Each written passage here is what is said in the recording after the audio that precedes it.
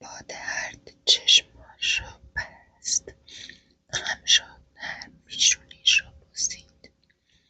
نمیشم عزیزم، من میرم لباسامو عوض کنم. اومدم نشونم بده نقاشی چی کشیدی. دارا لبخند زد و دوباره مشغول شد. خوب میدونست همه چی رو میفهمه، با اینکه خیلی جاها به روی خودش نمی آورد، ولی دقیقاً مثل سراب از همون بچگی همه چیز رو میفهمید.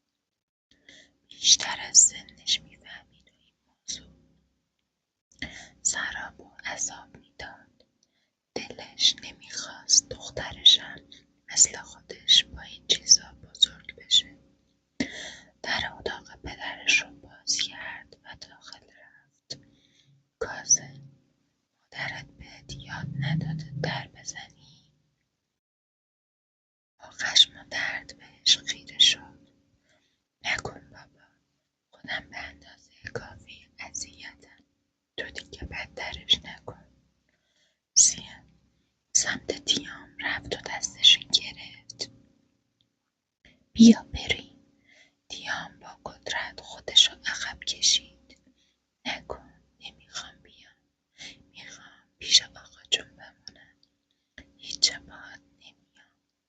کاظم با لبخند سرش را تکون داد و موهاش رو نوازش کرد. سراب با درد موهاش رو چنگ زد. بس کن دیگه، انقدر با روح و روان بچم بازی نکن.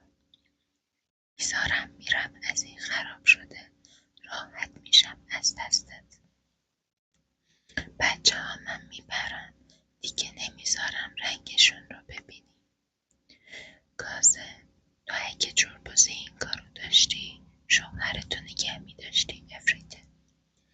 الانم از اتاقم برو بیرون. بار آخرت بود بدون اجازه در زدن اومدی داخل. لبشو محکم گاز گرفت تا گریه نکنه. تیام مامان، بیا بریم. تیام سرشو تو سینه پدرش مخفی کرد. نمیام، تو هم برو همون جایی که از صبح بودی. زنی که تا این ساعت تو خیابون بمونه جاش همونجاست. صدای ناله آرامش بین خنده بلند پدرش خفه شد.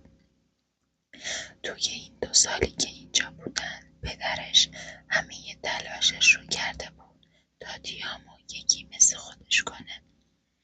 اوایل نمیفهمید، ولی وقتی تیام بزرگتر شد و حرفایی که نباید و زد فهمید. وقتی میره سر کار پدرش رو مخش کار میکنه. اوایل خیلی دعوا کرد، تموم حرفا و کتکاش رو به جون خرید، ولی نتونست جلوشو بگیره. جایی واسه رفتن نداشت و از طرفی هم نمیتونست کاری نکنه. باید پول جمع میکرد تا بتونه بچه‌هاش رو از اینجا و حرفای تیز پدرش نجات بده. بغضش رو به زور قورت داد. و همون خدایی که بهش اعتقاد داری و میگی منو امثال من نداری، قسمت میدم بس کن. انقدر با روح و روان بچه‌هام بازی نکن. دارا داره افسرده میشه. ذهن بچه‌هامو خراب نکن بابا. بچه تو منم، نه کیان. نه اون عوضی که تن و بدن منو سوزوند و به دروغ سعی کرد آبرومو ببره. نه اون عیاش معتادی که همیشه مست و باطیل تو بغل بقیه دخترها بود. چرا یه جور رفتار میکنی انگار من گناهکارم؟ چرا این بلاها رو سرم میاری آخه؟ مگه من از خون خودت نیستم؟ کاظم، باید همون موقع که بهت گفتم طلاق نگیر به حرفم گوش میدادی. نباید روی حرف میزدی. من پدرتم، صاحبتم. با خشم و درد دستاشو مشت کرد. به زور جلوی خودشو گرفت تا حرفایی که نباید و نزنه. من سگ نیستم که صاحب داشته باشم و تو هیچ وقت واسم پدری نکردی که الان ادعات میشه. التماست میکنم با روح و روان بچه هم بازی نکن. سر یه سال نشده جمع میکنم و میرم یه جایی که دیگه رنگم هم نبینی. فقط دست از سر اذیت کردنم بردار. بابا خواهش میکنم. جلو رفت و بی توجه به جیغ و گریه های تیام بغلش کرد. اجازه نمیداد بیشتر از این با روان بچهش بازی کنه. حالا میفهمید امضا کردن اون قرارداد کاملا کار درستی بوده. باید هرچه سریعتر پول اجاره خونه رو جمع میکرد. دیگه نمیتونست توی این جهنم بمونه. تیامو رو تختش گذاشت. انقدر گریه کرد تا بالاخره خسته شد و خوابش گرفت. میونه خواب آروم زد. نرو ماما. با گریه خم شد و چشماشو بوسید. نمیرم عزیزم. جایی نمیرم مامان جان. کجا رو دارم برم بدون شما؟ میدونست تیامو با این چیزا میترسونه، وگرنه پسر آرومش کسی نبود که بخواد باش بجنگه و از این حرفا بزنه. تیام خیلی بیشتر از دیارا بهش وابسته بود. پدرش چند باری سعی کرده بود ذهن اونم مثل خودش بیمار کنه، ولی نتونست. توی این یه مورد خدا رو شکر میکرد که دیارا بیشتر از سنش میفهمه. البته تیام هم میفهمید. واسه همینم حرفای پدرش توی ذهنش میموند. تیارا، مامان آروم چرخید. جان مامان. به در تکیه داد. میخوایم از اینجا بریم. موهای تیامو بوسید و بلند شد. دست تیارا رو گرفت و بردش بیرون. در و بست و رو به خودش نشست. چرا؟ چیزی شده؟ آقا جون چیزی گفته؟ سرش رو تکون داد. نه، صدات میومد پایین. واقعا میخوایم بریم؟ مرتب نگاش کرد. دوست داری بمونی؟ تیارا سریع سرش رو به چپ و راست تکون داد. نه، آسیب میدی. این که فکر میکرد نمیتونه جون برادرش رو نجات بده. کم از مریضی روحی که پدرش داشت به خورد تیام میداد نداشت. دستای کوچیک و سفیدش رو گرفت و بوسید. میریم عزیزم، میریم. مامانم، تیامه، حالش خوب میشه. بهت قول میدم تا وقتی بخواید برید مدرسه از اینجا میریم. میریم یه جای دور که فقط خودمون صدا باشیم. خوبه بریم ستایی با هم دور از همه زندگی کنیم. منم قول میدم وقتی بزرگ شدم از تیام مواظبت کنم. اجازه نمیدم دیگه کسی مریضش کنه. پیشونیشو بوسید. برو نقاشی رو بکش تا بیام. شما باشه آرومی گفت و با قدم‌های کوتاه ازش دور شد. شال و مانتوشو آویزون کرد و سمت آشپزخونه رفت. خونه ویلایی نسبتا بزرگی که داشتن 3 خوابه بود. یکی پدر و مادرش، یکی بچه‌ها و یکی خودش. میدونست چرا پدرش اینجوری میکنه. دقیقاً میدونست دلیل کاراش چیه. طرز فکر قدیمی و کهنه‌اش زندگی سراب و نابود کرده بود. معتقد بود دختر نباید درس بخونه، باید ازدواج کنه. تو 18 سالگی شوهرش داد و 20 سالگی با وجود تمام تلاشایی که واسه حامله نشدن کرده بود تو قلو باردار شد. هنوزم وحشت اون روزی رو که فهمید حامله است را حس میکنه. کیان یکی بود بدتر از پدرش. تو رو سعی میکرد دقیقا مثل پدرش باشه. نماز خوانه، اهل دعا، دست مردایی که فکر میکنن زنها چیزی جز حیوان دست آموز نیستن. انقدر با این کار حرفا رفت و آمد تا پدرش بالاخره حکم نابودی زندگیش رو داد.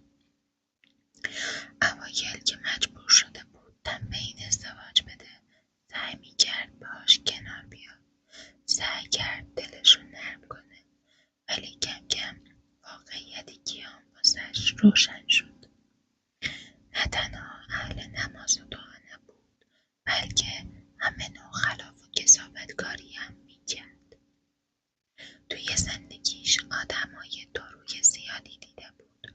بدترینش هم پدرش بود که با اسم نماز و دعا زندگیشون رو سیاه کرده بود.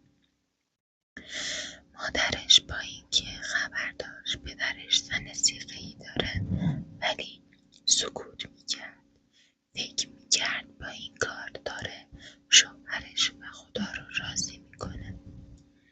اولین باری که این اتفاقا رو دید و شنید، فهمید مسلمان بودن تو ایران چقدر با بقیه جاهای دنیا فرق داره. همون موقع هم با بچه بودنش میدونست این چیزا ربطی به راضی بودن خدا نداره. داخل آشپزخونه که رفت، مادرش مثل همیشه مشغول پختن چند نوع غذا بود. خسته نباشی. از گوشه چشم نگاش کرد. سلامت باشی. زن بیبه تا این موقع میمونه توی خیابون. نمیگی همسایه ها ببینن چی میگن؟ مگه من کاری به همسایه ها دارم که اونا بخوان داشته باشن؟ بعدم من شاغلم، نمیدونم تایم کاری ما با همسایه ها هماهنگ کنم. بابا به اندازه کافی خون به دلم کرده مامان، تو دیگه شروع نکن. جلوتر رفت. این همه غذا درست میکنی که چی بشه آخه قربونت برم. بابا کلن دولا نمیخوره، همشم که ایراد میگیره. چرا انقدر خودتو اذیت میکنی؟ با این پا درد و گردن درد و دسته ضعیف انقدر از خودت کار نکش. محکم با رنجش کنارش زد و سمت یخچال رفت. لازم نکرده تو به من درس بدی. همین مزخرفاتو گفتی که شوهرت با 2 تا بچه پست داده دیگه. خجالتم نمیکشه. زنم زنای قدیم جرأت نداشتیم رو حرف شوهرمون حرف بزنیم. همه فکر و ذکرش شده. یه مشت مزخرفاتی که فقط دخترای خیابونی انجام میدن. نمیدونم سر تو چه مال حرومی خوردم که اینجوری شدی. بابات که یه لقمه نون حروم نیاورد توی این خونه. خونه کدوم بی همه چیزی لقمه گرفتم خدا میدونه. سراب تلخ خندید. به این رفتارا عادت کرده بود. مادرش همیشه پشت کارای پدرش بود. درکش نمیکرد. نمیفهمید چطور با این چیزا کنار میاد. وقتی از کیان طلاق گرفت، جای سوختگیای روی تنش رو نشونش داد. تنها چیزی که شنید این بود: باید کنار بیاد. درست میشه. مرد دیگه عصبی شده، نتونسته خودش رو کنترل کنه.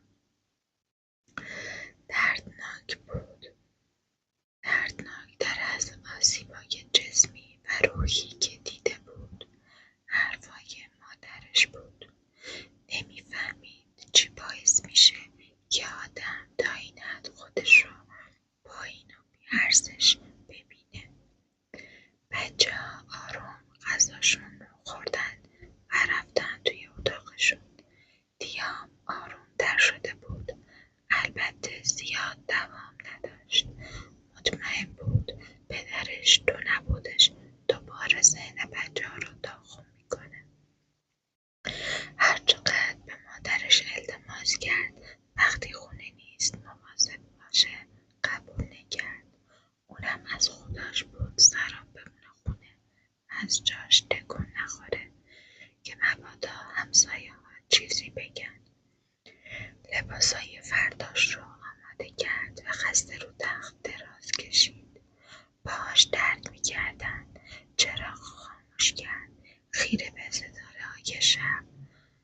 که تیام و تیارا روی سقف چسبونده بودن نرم خندید. وقتی برن خونه خودشون کل سقف خونه رو از اینا میزنه. اینجوری دیگه تیام شبا بدون ترس میره آب میخوره. انقدر به ستاره‌ها خیره شد تا بالاخره چشماش سنگین شدن و خوابش برد. با استرس در رو باز کرد و داخل رفت. صدای پارس زکا مثل دفعه قبل حیاط و ترسناک‌تر کرده بود. اوف، نترس سراب، به این چیزهای الکی هم فکر نکن. زکاش بستن، اگه باز بودن آقای کیانی بهت میگفت خودتو جمع کن، نباید گیج بزنی، فقط به آینده بچه‌ها فکر کن و چشماتو رو چیزایی که اذیتت میکنن ببند. نفس عمیقی کشید و با قدم‌های بلند داخل رفت. بدون اینکه به مجسمه گرگ نگاه کنه از پله‌ها بالا رفت. در رو هل داد و داخل رفت. همه جا ساکت بود. آروم گلوشو صاف کرد. آقای کاشف جوابی نگرفت. حدس میزد همون باشه. با سرعت وسایلی که لازم داشتن رو جمع کرد. امروز باید واسه فیلم برداری تبلیغاتش میرفتند. آقای کیانی قبلا کل عمارت رو نشونش داده بود ولی بازم میترسید توش گم بشه. نمیدونست کار درستیه که بدون اجازهش بره توی اتاق، ولی باید وسایل رو جمع میکرد. مردد جلوی اتاقش وایستاد. چند بار در زد ولی بازم خبری نشد. شاید اصلا خونه نیست. در باز کرد و داخل رفت. اتاقش خیلی به هم ریخته بود. برعکس بقیه قسمت‌های خونه انگار اینجا رو بمب زده بودن. با بدبختی لباسایی که قرار بود بپوشه رو پیدا کرد. لعنتی انقدر لباس داشت میتونست چند تا مزون بزنه. البته حقم داشته باشه. کم کسی نیست که عماد کاشفه. توی این چند وقته خیلی دربارش تحقیق کرده بود.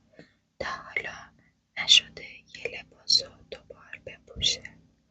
از داره سرش رو تکون داد. چرخی از اتاق لباسا بره بیرون که همون لحظه صدای در و پشت بندش حرف زدن عماد رو شنید. فکر میکنی چقدر میتونه دووم بیاره؟ صدای عصبی و نالان رامان رو پشت بندش شنید. جون هر کی دوست داری این یه بار رو آروم باش. امسال کار زیادی داریم. بدون مدیر برنامه بدبخت میشیم. خانم مهرابی واقعا از همه نظر عالیه. چند زبان بلده. از همه مهمتر آرومه. اماد چشمت گرفتتش. اینجوری سنگشو به سینه میزنی. اگه آره خودت مخش کن، نه اینکه بیاری بکنیش مدیر برنامه من. در ضمن همون لحظه جلوی اتاق لباسا رسید. با دیدن سراب مکث کرد. تو نگاهش هیچی نبود. نه تعجب نه شرم. انگار واسه‌اش مهم نبود چی گفته. اولین و آخرین بار بود بدون اجازه اومدی توی اتاقم. رامان با تعجب نگاش کرد. کی؟ من؟ باز قاطی کردی؟ اجازه چی؟ سراب محکم لبشو گاز گرفت و بیرون رفت. رامان شوکه از دیدن یهوییش خشکش زد. خانم مهرابی شما کی اومدید؟ سراب مصنوعی خندید. یه رو پیش اومدم. کسی نبود. مجبور شدم بدون اجازه بیام. وسایلو برگز عماد حرفشو قطع کرد. شوکه خودشو به چارچوب فشرد. عماد بی توجه از کنارش رد شد و داخل رفت. لباسشو که در آورد سراب با سرعت چرخید. رامان عصبی جلوی در وایساد. مردی که یکم رعایت کن، خانم اینجا وایساده، چرا یهو لخ میشی آخه؟ بیرون. هر دو با سرعت بیرون رفتن. رامان قرمز از خجالت و عصبانیت خندید. حرفمونو شنیدید؟ سراب بی حرف بهش خیره شد. معلومه که شنیدید. مگه میشه با هم فلوم حرف زد و نشنید؟ من واقعا معذرت میخوام، هم از طرف خودم هم از طرف عماد. اون یکم مشکل عصبی داره، قرص میخوره، فکر نکنید یه وقت بیشوره ها. سراب سرشو تکون داد. دقیقا همین فکر رو کرده بود. بی ادب، بی شعور، عصبی و بی نزاکت و از همه بدتر ترسناک. چیزایی بودن که با دیدن عماد به ذهنش میرسید. رامان کلاف موهاشو جنگ زد. منظوری نداشت، امیدوارم به دل نگیرید. سراب سرش را تکون داد. دقیقا همین فکر رو کرده بود. بی ادب، بی شعور، عصبی و بی نزاکت و از همه بدتر ترسناک. چیزایی بود که با دیدن عماد به ذهنش میرسید. رامان کلاف موهاش را جنگ زد. منظوری نداشت، امیدوارم به دل نگیرید. سراب مشکلی نیست، در واقع چیز زیادی هم نشنیدم. حواسم به جمع کردن لباسا بود. رامان سرشو تکون داد و ساکت موند. خجالت میکشید حرف بزنه. هر کی بود همون موقع که عماد اون حرفا رو زد میکوبید توی دهنش. ولی سراب آروم و ساکت وایستاد و چیزی نگفت. بالاخره عماد آماده بیرون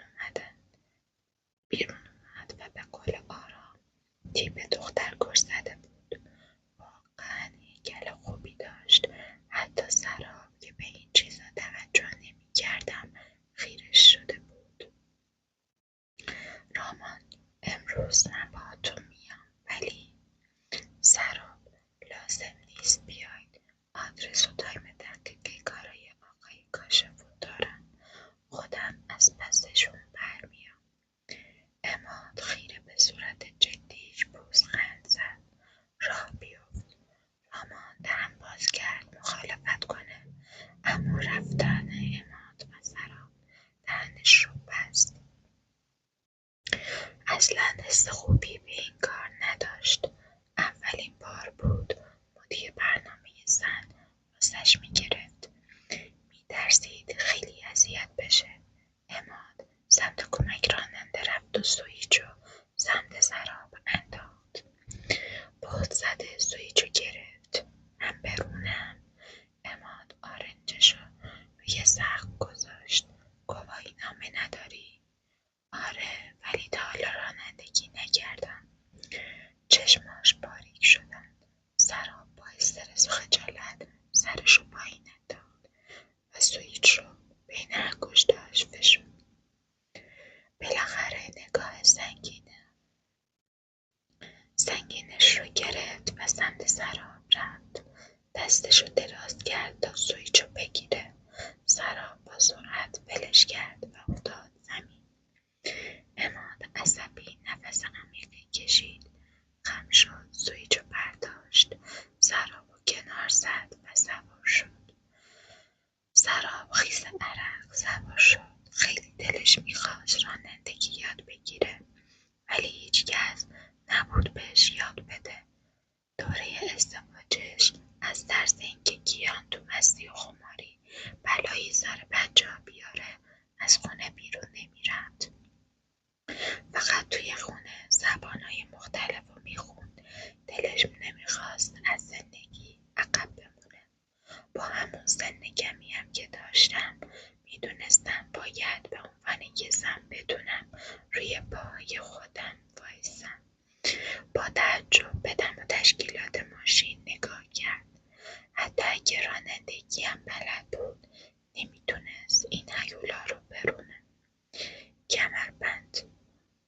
چشماشو گاز گرفت و با سرعت کمربندش رو بست. عماد گوشیش رو در آورد و سمت سراب گرفت. لوکیشن رو بزن. کاری که گفت و انجام داد. توی همون یه دقیقه‌ای که گوشی دستش بود کلی نوتیف واسش اومد. پیام‌ها و کامنت‌های عاشقانه‌ای که واسش میومد یه ثانیه هم قطع نمی‌شدن. گوشی رو داد بهش و به صندلی تکیه داد. سرعت ماشین هر لحظه بیشتر میشد. سراب نگران و ترسیده دستگیره رو چنگ زد. یکم آرومتر تا حرفش تموم شد. ماشین با سرعت بیشتری از جا کنده شد. سراب وحشت زده به صندلی چسبید. نمیدونست حرف بزنه. وحشت زده به پیچ خیره شد. آقای کاشف لطفاً آرومتر.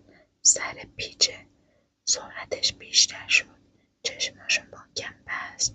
صدای جیغش رو پشت لباش مخفی کرد.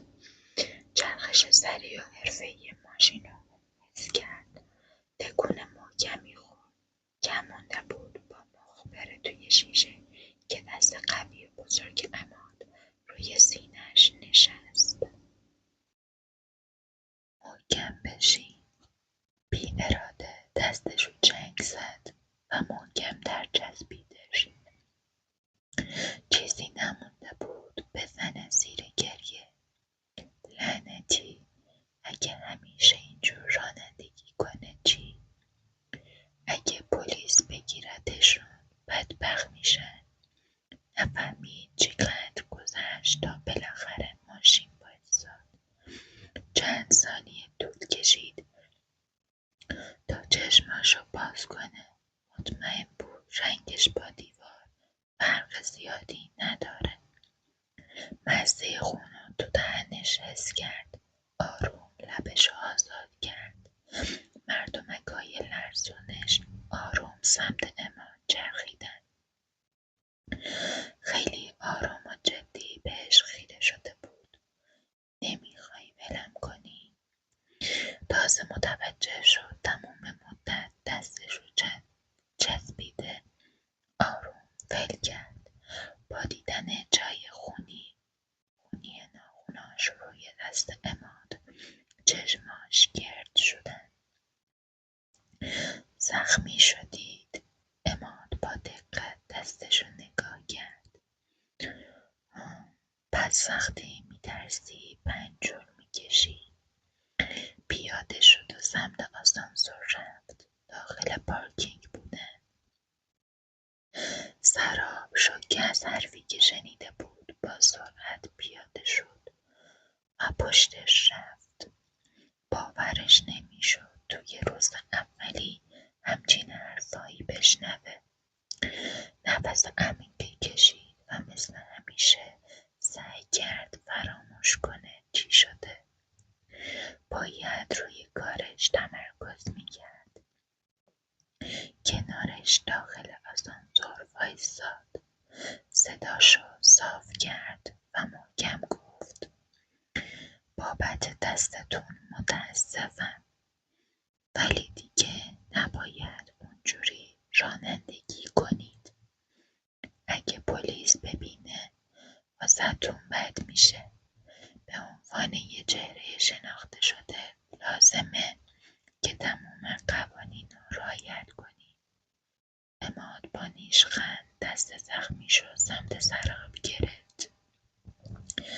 اگه به قانون باشه که الان باید برم ازت شکایت کنم.